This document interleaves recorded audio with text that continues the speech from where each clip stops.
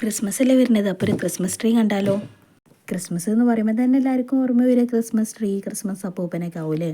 അപ്പോൾ നമുക്ക് ക്രിസ്മസ് ട്രീയിൽ തന്നെ സ്റ്റാർട്ട് ചെയ്യാം. ഇതൊരു സീരീസ് പോലെ ചെയ്യണമെന്നാണ് ഞാൻ വിചാരിക്കുന്നത്. അപ്പോൾ എല്ലാവരും സപ്പോർട്ട് ചെയ്യുമെന്ന് പ്രതീക്ഷിക്കുന്നു. അപ്പോൾ നമുക്ക് ട്രീയിലേക്ക് വരാം. ഒരു 2-3 A4 ഷീറ്റ് എടുക്കുക.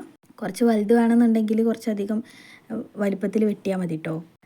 കളർ A4 എടുക്കുകയാണെങ്കിൽ ഒന്നുകൂടെ ബെറ്റർ ആവും. കാരണം ട്രീ എന്ന് പറയുമ്പോൾ ഗ്രീൻ ആണല്ലോ. പക്ഷെ എൻ്റെ കയ്യിൽ അതില്ലാത്തതുകൊണ്ട് ഞാൻ വൈറ്റ് യൂസ് ചെയ്തു. വൈറ്റ് രസമാണ്. A4 ഷീറ്റ് ഇല്ലെങ്കിൽ യൂസ് ചെയ്യാത്ത പഴയ റെക്കോർഡ് ബുക്കത്തെ പേജൊക്കെ എടുക്കാം കേട്ടോ. അങ്ങനെ നിങ്ങൾക്ക് ഇഷ്ടമുള്ള ഷേപ്പിൽ വെട്ടിയെടുക്കാം. ഞാനിപ്പോൾ എങ്ങനെയാണ് വെട്ടിയെടുത്തിട്ടുള്ളത്, എന്നിട്ട് അത് ഒരുമിച്ച് വെച്ചു. ഏകദേശം ഞാനൊരു 12 പേപ്പറോളം അങ്ങനെ വെട്ടിയെടുത്തിട്ടുണ്ടാവും. ഒരുമിച്ച് വെച്ചതിന് ശേഷം പശ തേച്ച് കൊടുത്തു, വീഡിയോയിൽ കണ്ട പോലെ ആ ഭാഗത്ത്. എന്നിട്ട് അത് ഉണങ്ങിയതിന് ശേഷം ഒരു ഭാഗം ഫുള്ളായിട്ട് പശ തേച്ചിട്ട് അത് ഒരുമിച്ച് ഒട്ടിച്ച് കൊടുത്തു.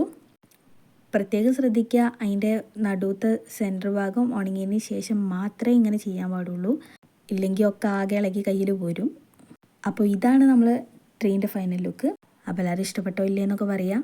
ഇഷ്ടപ്പെട്ടാൽ ലൈക്ക് ചെയ്യുക, ഷെയർ ചെയ്യുക, ചാനൽ സബ്സ്ക്രൈബ് ചെയ്യുക. അപ്പോൾ അതൊക്കെ ഉണ്ടാക്കി സ്കൂളിലൊക്കെ കൊണ്ടുപോയി വെക്കൂ. അപ്പോൾ ഓക്കെ, ബൈ.